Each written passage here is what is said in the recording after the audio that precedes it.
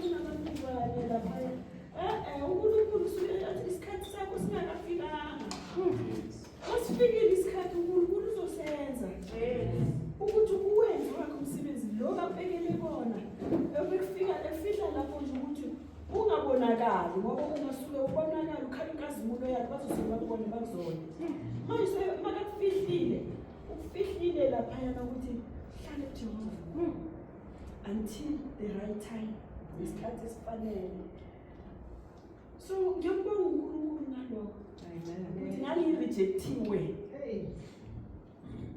Akukho namunye konke umndeni wami wonke ophilayo zange ungifune empilweni. Kodwa bengiphumela la bengena khona bengena kungangeni umuntu. Ngiyangena ngisho emsebenzini bengisebenza mama suka ngathi mangifika la awufike mina nami bagibele emsebenzini lapho bathi nayithi yivo masinyabizwa abantu isiqobo nasi izwi lapha yenzeni bese awusengibona nomnikezi envelope imali waze wamangala uSkhosana hawu wena njalo inikwe envelope imali phakathi kwabantu abakhona abaningi izibuzo ukuthi kwenza njani kodwa umusa ngendlela lapho ungaphi mina bengena la kungangenwa